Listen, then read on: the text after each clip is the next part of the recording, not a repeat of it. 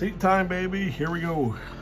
We are going to start with some Tamiya paints. Gray, green, field gray. Field gray is going to be the seat pans. Gray, green is going to be the tops here. Now, one of the hard things is I don't have any pictures that show the cockpits of these yet, so figuring out what the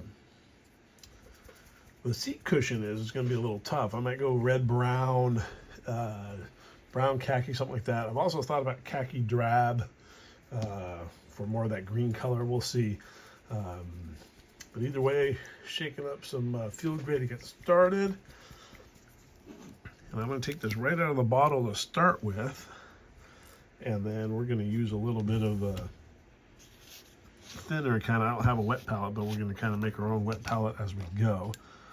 So let's get started. Might need the magic eyes. Come a little closer here.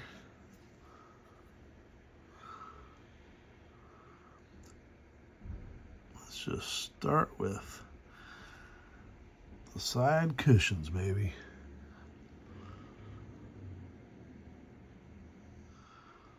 All right, that is a start. This is how it's going to go. I'll show you when I'm done. All right, next step is going to be the top cushion, and we're using gray green for that. And we are ready to roll again here. Let's see if I can do this one for you on camera. Everything in the area covered.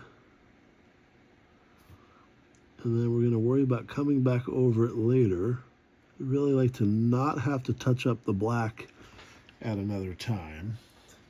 That certainly doesn't make anything easier. All right, I've decided to go with khaki drab today.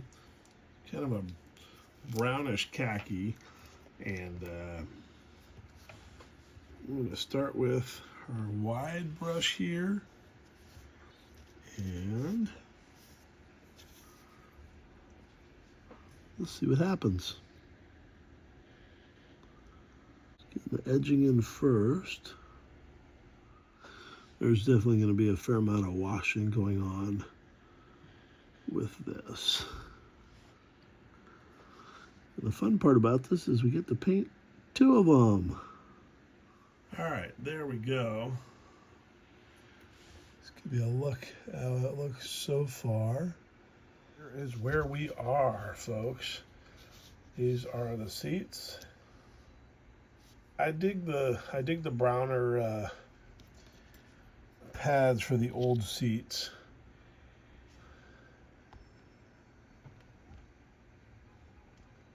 So not bad so far. We got a lot more detailed stuff to add up to them. So we got some more painting. Definitely decals and things like that to go. All right, I hit the chairs, the seats here with some brown wash. They look a lot nicer. Now we're going to go for a little bit of dark brown.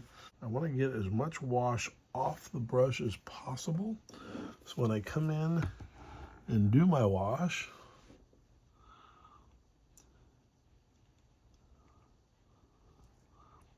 it's pretty, lightly applied. In fact, I'm not even going to wait for this to dry. I'm literally going to grab my Q-tip right now and start blotting it off.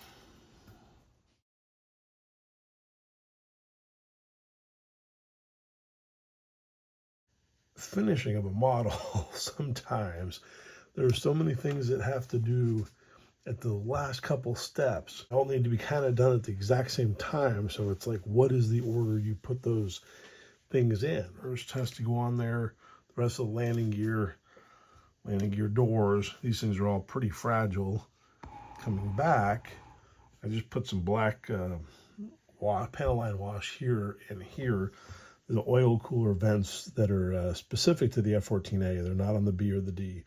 And if you see these panels on the B or D, they have put a patch over it so the vent's not even existing. Because this area is so prominent and prevalent with the streaking, do I want to do this with an oil?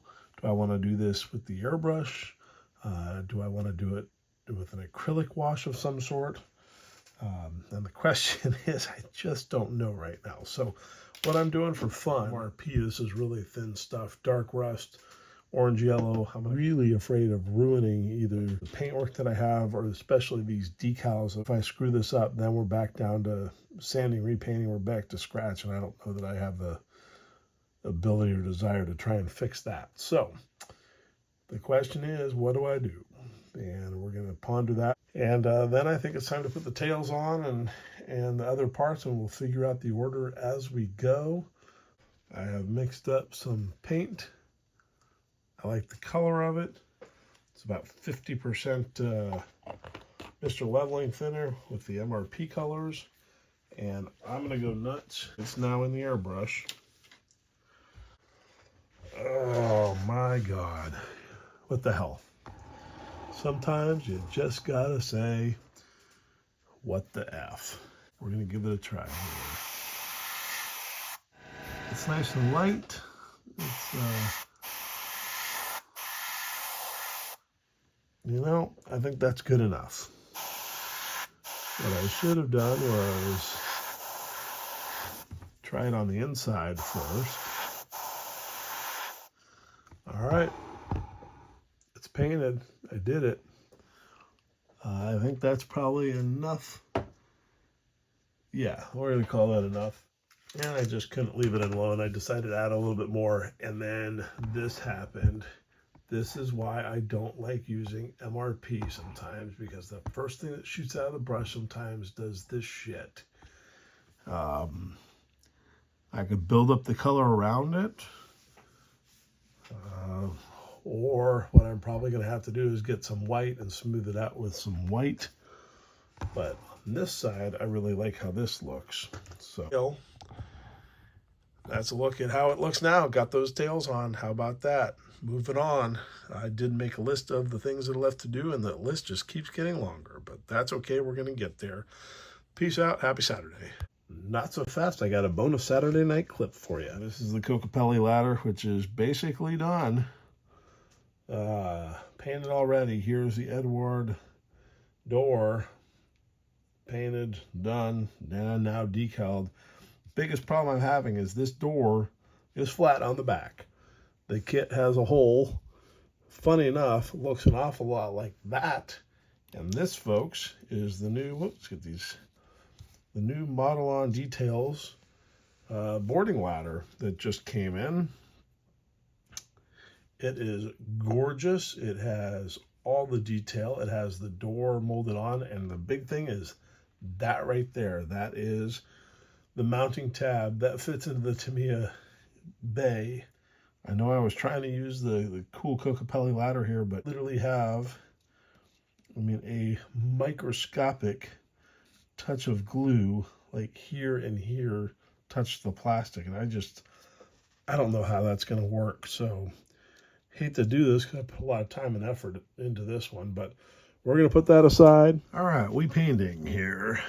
So what I've already done here is I've masked off this ladder a little bit because I started with white, and then we hit the red side. And what I want to do is get the sides here. We're out of paint. We need a touch more, but there you go. That's how that ladder is going to go. There's a little overspray can I see on the inside, but that's fine. We're going to hit it back with white again afterwards. One of the coolest things they have here, I've shown this before, is these interior canopy frame parts that Mike Pister designed before he passed away. He did them exact to the real thing. So, yeah, trimmed them back basically up front here and here. I also removed the wet compass here, which I installed on its own. Now it fits. One of the things I found after the fact, had I just trimmed the kit parts along the edges here and knocked those down, the full frames would fit in there. And we're just going to do this real nice and tight. We take our canopy frame and put that on there. Boom. You can't even tell. Right, what we are looking at here is the Wand Studio AOA probe stuck into the hole that has been drilled. Fortunately, there's no blood stains. Got close there for a second, but there you go. It is just pushed in. Here we go. We're down to the last 8 items to complete this model. All right, number 7 on the list is actually, well, we're going to call it number 7 plus because I forgot to put it on the list, and that is our chrome oleo struts on the landing gear. Well, there's one tricky thing with, actually, this isn't glued, so this can come off. That is, this is all one piece. So how do you paint that chrome and get back in there and all that under here?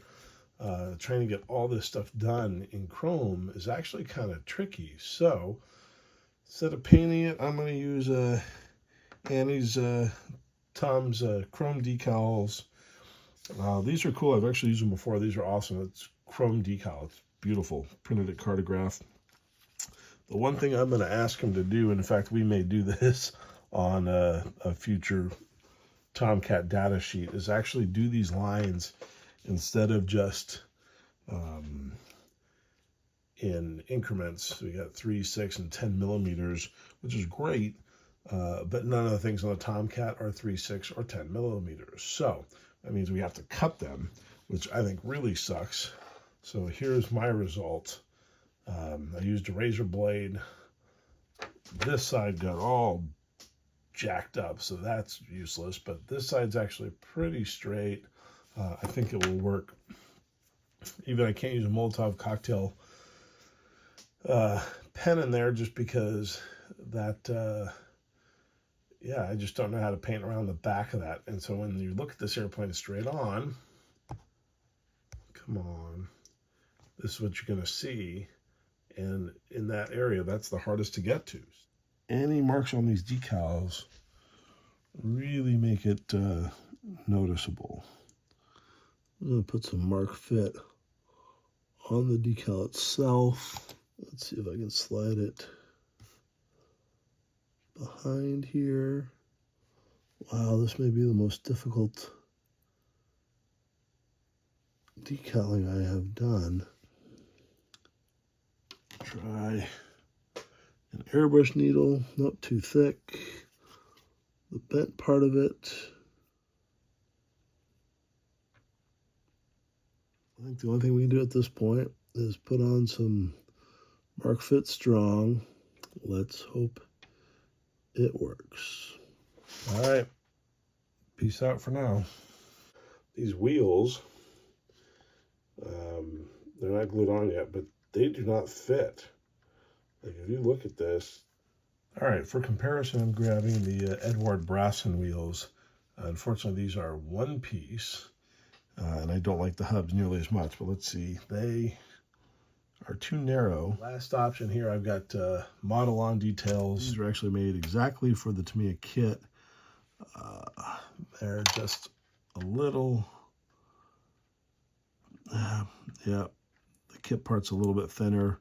I'd have to drill these out. These are gorgeous, so we're going to talk about them a little bit later in another project. But unfortunately, we are kind of stuck with the ResKit wheels. Beautiful and amazing as 2 parts, or 3 parts actually, go together. They just don't seat in there at all. Okay, well, heavy duty glue is probably what we're going to have to use, but I'm definitely going to write a note to the ResKit guys, like, hey, if you could fix that and these things could slide on the way the kit decal or kit wheels do and just stay, that would be perfect. VX-1 in progress. These are the Flightline resin stuff that Rich makes. This is one that is basically done. Dip that tip in a little bit of silver at the end, but to give you an idea, that is what the missile looks like when it is done. And one of the beautiful things you can see on this is we haven't had to use all the decals from the Fightertown set because all these things, all these fasteners, rivets, screws, all that stuff is printed in. And as we come to the final few assembly bits, we run into the challenges of the ejection seats, debating whether I want to glue them on before I put them in the airplane or after, because this is what happened on the last one I just tried. Every time I use these, I use resin seats, and these are beautiful seats. I think they make a huge difference in the cockpit. Somehow I screw it up enough to tell myself, well, fuck it. Next time, just use the kit seats. But these are so well detailed, and they drop right in, just like that. So I'm gonna go ahead and glue that in. I'm gonna put the handles on first with this one and give it a shot. Is the result of the second handle. Some would say just use the kit parts, but the kit parts are overly thick. Some would pull one from another set, which I just may have to do, or just make one from wire, which it's all fixable, right? I mean, like, it's only a couple hours worth of work to get to this point. But it's the the fact that we are so close to being done on this airplane, and was trying to finish it today before I leave on another trip in the morning. So maybe I'll just stay up late, make new handles. Anyways, I'm rambling, and I'm just basically putting off the inevitable. Oh, while we're here, check this out. Let's so this is Dave Ruth's flying Leathernecks missile rails with Rich Van Zandt, who also designed them, his Sidewinder missiles. And they just go, they just snap right in. That's awesome. While we're at it, our finished Phoenix missiles right here, check that out. Flightline resin missiles, Fightertown decals, and we have ourselves, it's been modified, and it just goes on, and it sits just like that. So I can shake it, it won't come off. Back to the matter at hand and resolving that issue, and probably see when this is done. Well, I'd love to say things are progressing well, but the adversities just kind of keep piling up, and if you didn't just hear what happened, that's probably a good thing, because I said a lot of words that are not good for children or adults, or my neighbor may have come running to check and see if everything was okay. But what we're working on here is Dave Ruth's flying Leathernecks, these air temp probes. These things are awesome. They come a whole bunch in a pack. It looks like 15 in a pack, which is a good thing, because, and I painted them all at once, because here they are, they're this big, and they go in these little tiny holes here, and I have big fingers, and tweezers snap. I tried locking tweezers, but then I can't let go of it, so I'm trying regular tweezers. We're trying to get it to fit in these holes. The first thing I did was try super glue. I had to re-drill this with a larger caliber drill bit. It was perfect for the kit part, but for these aftermarket ones, we're talking a fraction of a hair thicker. Super glue, unfortunately, well, I got some glue marks around here, so now I'm busting out some GS Hypo Cement for jewelry, Watts Crystal Cement. Nice thing is you can wipe this up with water. It doesn't stain the paint job. So we're going to try this here. And it comes out, I have no idea how I'm going to, well, let's see here. So that is our hypo needle that it comes out with.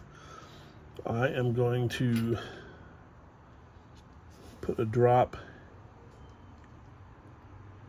in the hole.